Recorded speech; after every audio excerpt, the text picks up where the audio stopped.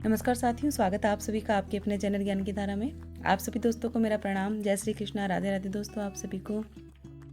दोस्तों आज 21 जून के दिन सुबह 7:18 पर एकादशी तिथि शुरू हो रही है और 22 जून को सुबह 4:27 तक यह रहेगी। तो आज हम देखेंगे कि योगिनी एकादशी का क्या महत्व है। दोस्तों इस दिन व्रत रखने और भगवान विष्णु की पूजा करने से 88,000 ब्राह्मणों को भोजन कराने के बराबर पुण्य मिलता है। मान्यता है कि इस व्रत से पापों से मुक्ति मिलती है और दरिद्रता दूर होती है और इसके साथ ही जीवन में आ रही रुकावटें दूर होती है और सुख समृद्धि भी आती है। तो चलिए दोस्तों सुनते हैं योगिनी एकादशी व्रत की कथा। इसे आषाढ़ कृष्ण एकादशी भी कहते हैं। धर्मराज युधिष्ठिर कहने लगे कि भगवान, मैंने ज्येष्ठ शुक्ल एकादशी के व्रत का महात्म्य सुना। अब कृपया करके आषाढ़ कृष्ण एकादशी की कथा सुनाइए। इसका नाम क्या है और महात्म्य क्या है, यह भी बतलाइए। तो श्री कृष्ण भगवान कहने लगे कि हे राजन, आषाढ़ कृष्ण एकादशी का नाम योगिनी है। इसके व्रत से समस्त पाप नष्ट हो जाते हैं।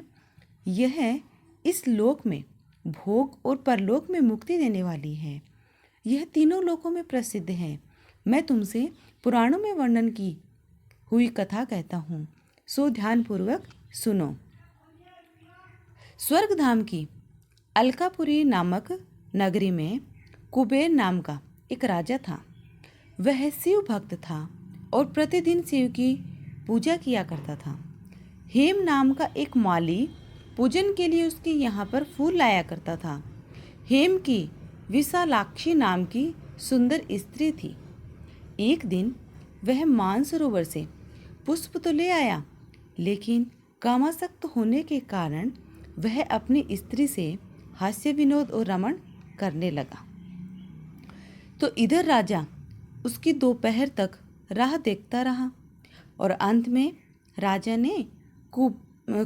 राजा कुबेर ने सेवकों को आज्ञा दी कि तुम लोग जाकर माली के न आने का कारण पता करो, क्योंकि वह अभी तक पुष्प लेकर क्यों नहीं आया।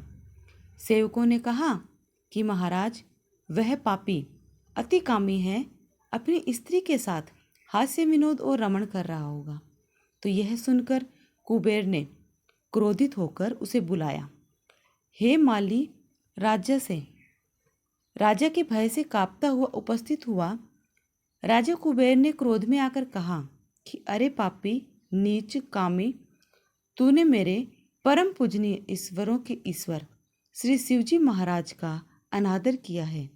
इसलिए मैं तुझे शाप देता हूँ कि तू स्त्री का वियोग सहेगा और मृत्युलोक में जाकर कोढ़ी होगा। तो कुबेर के शाप से हे माली का स्वर्ग से पतन हो गया और वह उसी क्षण पृथ्वी पर गिर गया। भूतल पर आते ही उसके शरीर में श्वेत कोढ़ हो गया। उसकी स्त्री भी उसी समय अंतर्ध्यान हो गई। मृत्युलोक में आकर माली ने महान दुख भोगे। भयानक जंगल में जाकर बिना अन्न और जल के भटकता रहा। रात्रि को निद्रा भी नहीं आती थी, परंतु शिवजी की पूजा के प्रभाव से उसको पिछले जन्म की स्मृति का ज्ञान अवश्य रहा। घूमते घूमते एक दिन वह मार्कंडेय ऋषि के आश्रम में पहुंच गया, जो ब्रह्मा से भी अधिक वृद्ध थे और जिनका आश्रम ब्रह्मा की सभा के समान लगता था। हे माली वहां जाकर उनके पैरों में पड़ गया। उसे देखकर मार्कंडेय ऋषि बोले कि तुमने ऐसा कौन सा पाप किया है जिसके प्रभाव से तुम्हारी यह हालत हो गई। हेमाली ने सारा वृतांत कह सुनाया। यह सुनकर ऋषि बोले कि निश्चित ही तूने मेरे सम्मुख सत्य वचन कहे हैं, इसलिए तेरे उद्धार के लिए मैं एक व्रत बताता हूँ। यदि तू आषाढ़ मास के कृष्ण पक्ष की योगिनी नामक एकादशी का विधि पूर्वक व्रत करेगा तो तेरे सब पाप नष्ट हो जाएंगे। यह सुनकर हेममाली ने अत्यंत प्रसन्न होकर मुनि को साष्टांग प्रणाम किया। मुनि ने उसे स्नेह के साथ उठाया। हेममाली ने मुनि के कथनानुसार विधि पूर्वक योगिनी एकादशी का व्रत किया और इस व्रत के प्रभाव से अपने पुराने स्वरूप में आकर वह अपनी स्त्री के साथ सुखपूर्वक रहने लगा।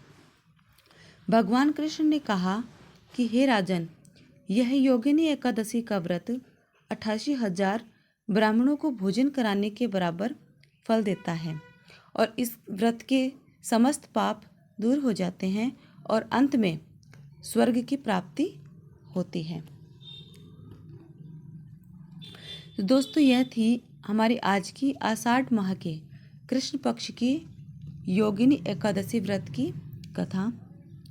अगर दोस्तों आपको आज की यह कथा अच्छी लगी हो तो इस कथा को एक लाइक ज़रूर करें और अपने परिवार में भी अपने अन्य सदस्यों को इस कथा को ज़रूर से शेयर करें ताकि वह भी इस कथा को सुने और सुनकर इसका पुण्य लाभ प्राप्त कर सकें।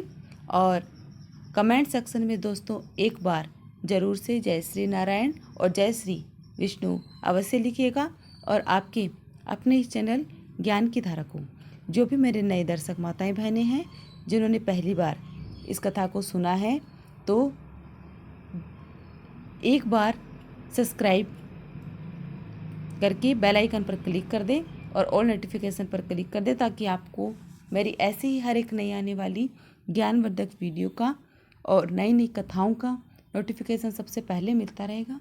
तो चलिए दोस्तों, अब हम मिलते हैं एक नई वीडियो में और एक नई कथा के साथ। तब तक के लिए आप सभी दोस्तों को मेरा प्रणाम। राधे राधे, जय श्री कृष्णा। दोस्तों, आप सभी को